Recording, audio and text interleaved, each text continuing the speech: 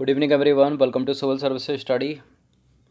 देखिए 86 टेस्ट अभी तक कंप्लीट हो गए थे यूपीएससी सिविल सर्विसेज के, और नेक्स्ट टेस्ट हम लगाते हैं, यह है टेस्ट नंबर 87। ठीक है, और इस पूरी की पूरी टेस्ट सीरीज़ की प्लेलिस्ट बना रखी है यूपी पीसीएस की तरह ही।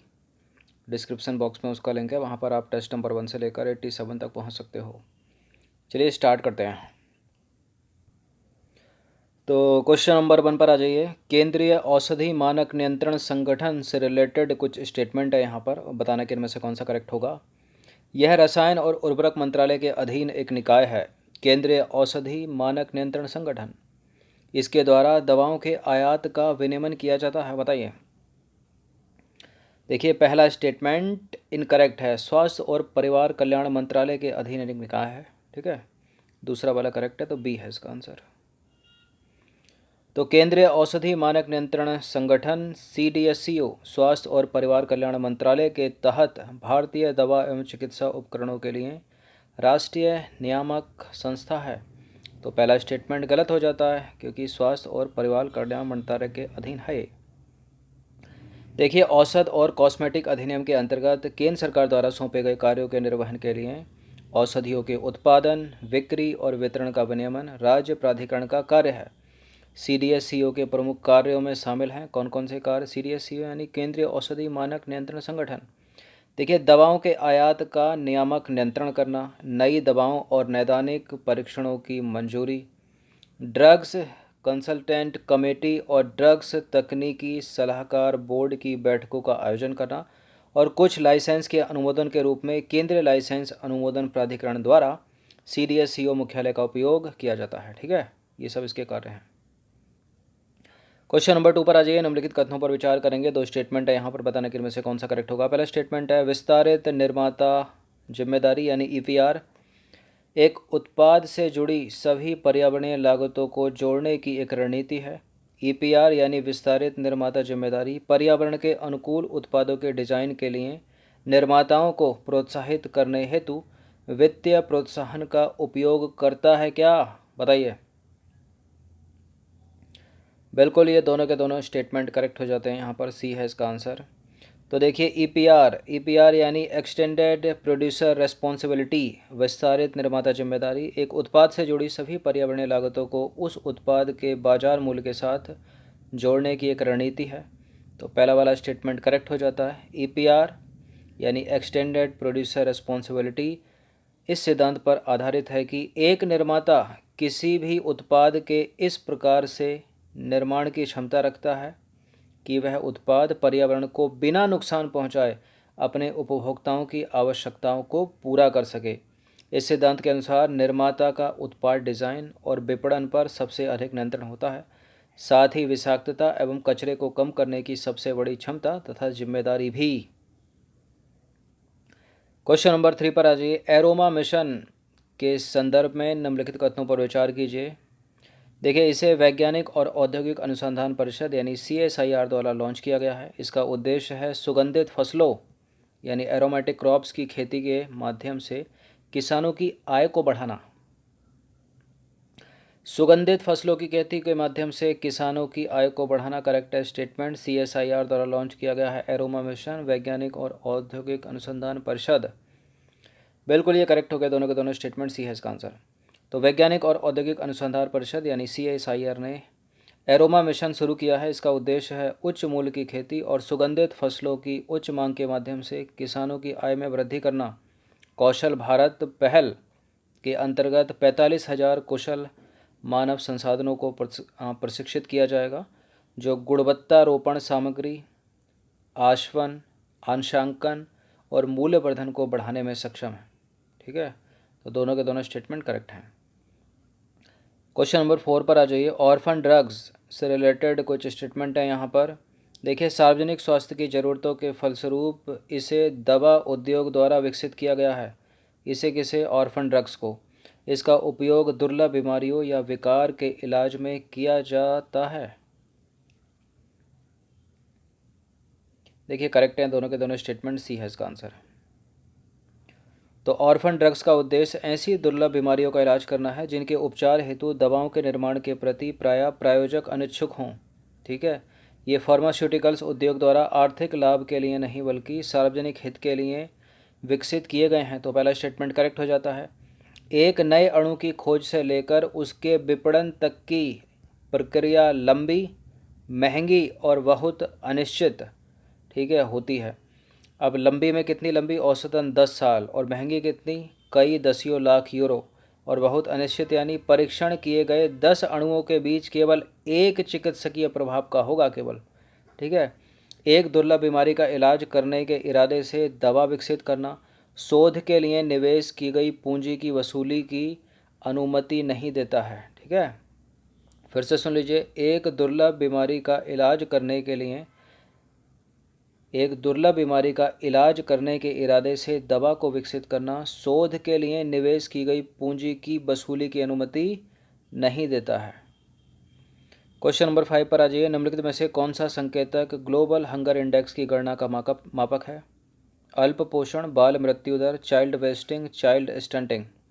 नीचे दिए गए कोड का प्रयोग करके सही उत्तर का चयन करना।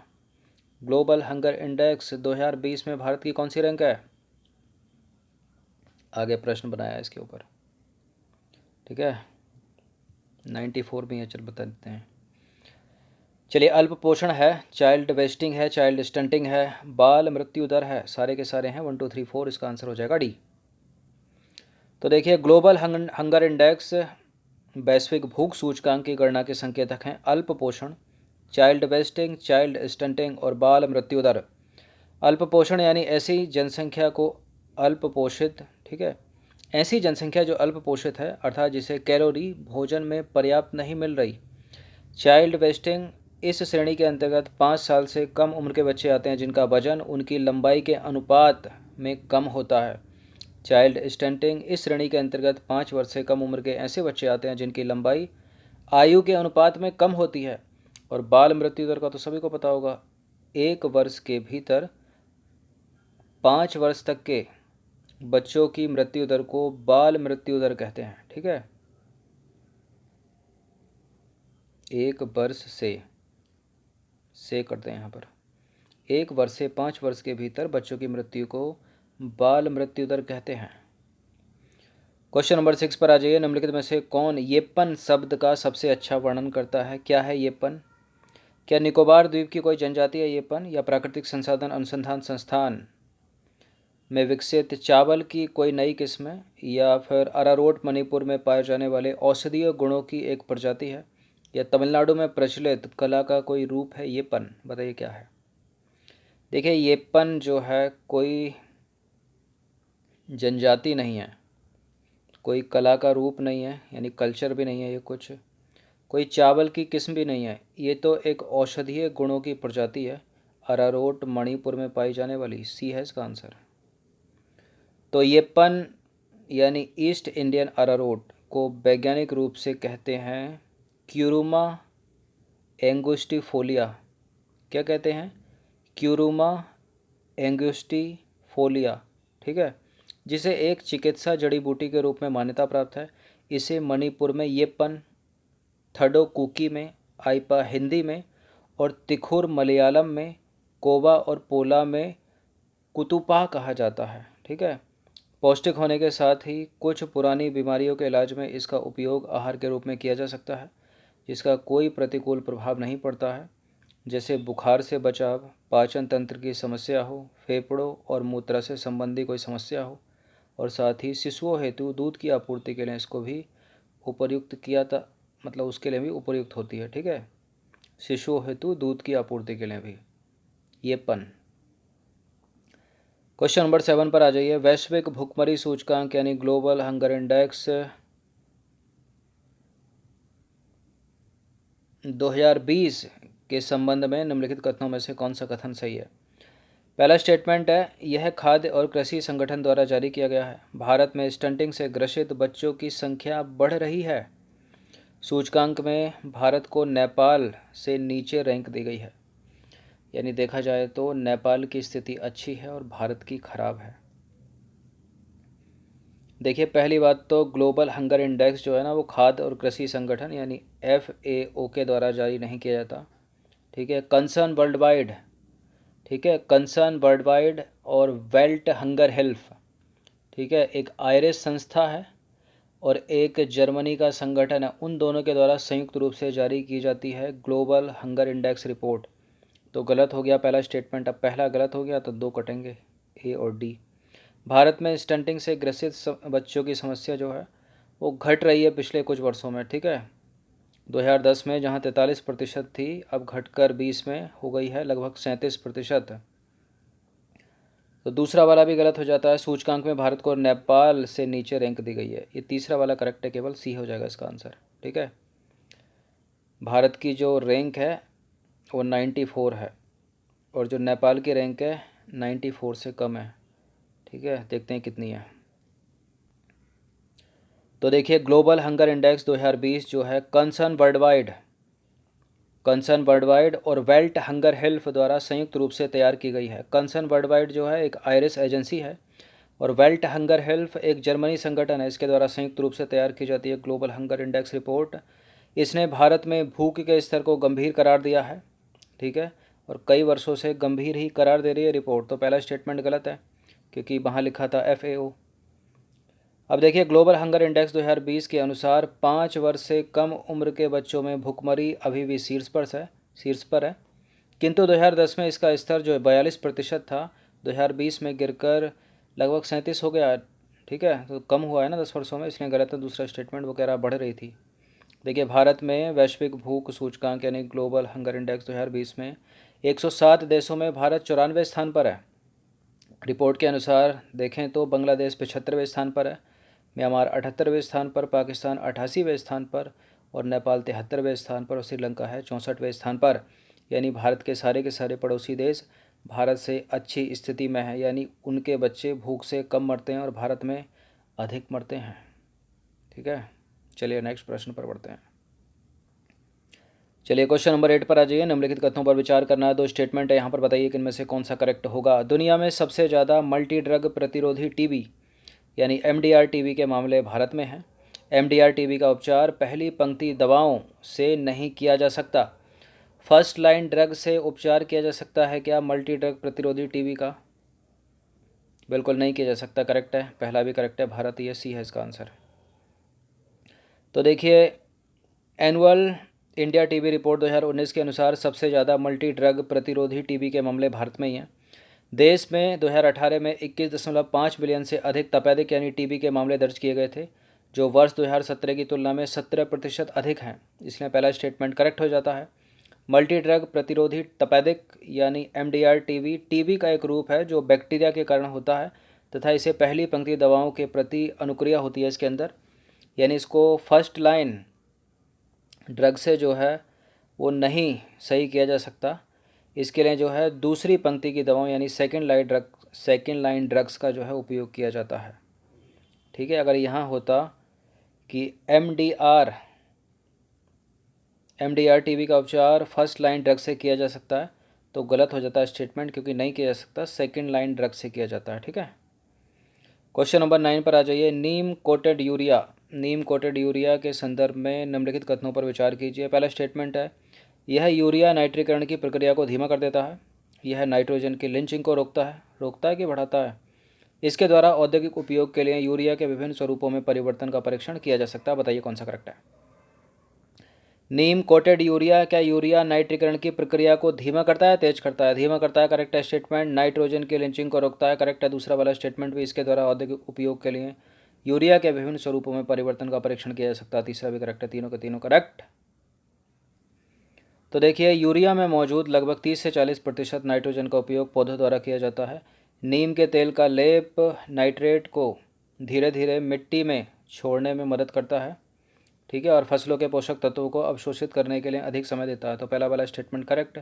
2015 में केंद्र सरकार ने सभी स्वदेशी उत्पादकों तथा उपभोक्ताओं के लिए 75% नीम लेपित यूरिया प्रयोग अनिवार्य कर दिया और UPSC ने पढ़ लिया, ठीक है, और क्वेश्चन पूछ लिया था तभी 2015 में, उसके बाद भी पूछा 17-18 में, ठीक है, जिससे यूरिया की सब्सिडी में बचत होगी।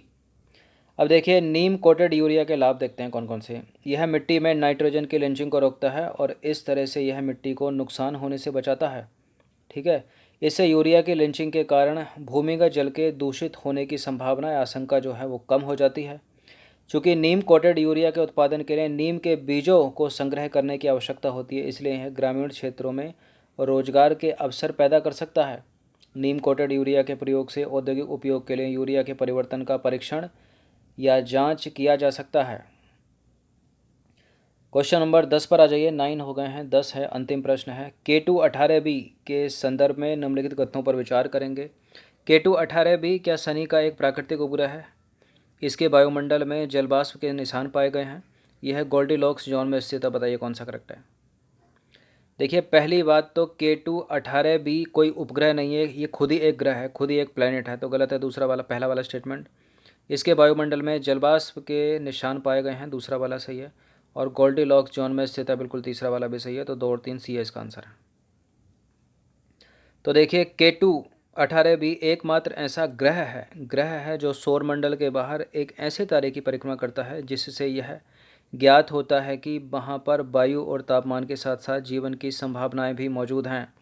ठीक है, वैज्ञानिकों ने K2-18b के वातावरण में जलवाष्प के निशान पाए हैं। इसका आकार और इसकी सतह का गुरुत्वाकर्षण पृथ्वी की तुलना में बहुत बड़ा है। देखिए, K2-18b शांत बोना तारा K2-18 की परिक्रमा करता है। पृथ्वी भी एक तारे की परिक्रमा तो कर रही है ना, सूर्य एक तारा है, तो उसी तरह से K2-18b एक प्लैनेट है जो एक तारे की परिक्रमा कर रहा है। उस तारे का नाम है K2-18, जो पृथ्वी से लगभग 110 प्रकाश वर्ष दूर सिंह नक्षत्र में है। ठीक है, अब यह है कहाँ पर? देखिए, यह एक रहने योग्य क्षेत्र या गोल्डीलॉक्स जोन में स्थित है। यह क्या? ये K2-18b। ठीक है, अब गोल्डीलॉक्स जोन क्या होता है? देखिए, यह एक तारे के आसपास का ऐसा क्षेत्र होता है जो ग्रहों की सतह पर तरल वाष्प के रूप में भी हो सकता है और बर्फ़ के रूप में भी। ठीक है, तो ये कुछ 10 इंपॉर्टेंट प्रश्न थे, इनकी प्रैक्टिस एक बार कर लीजिएगा।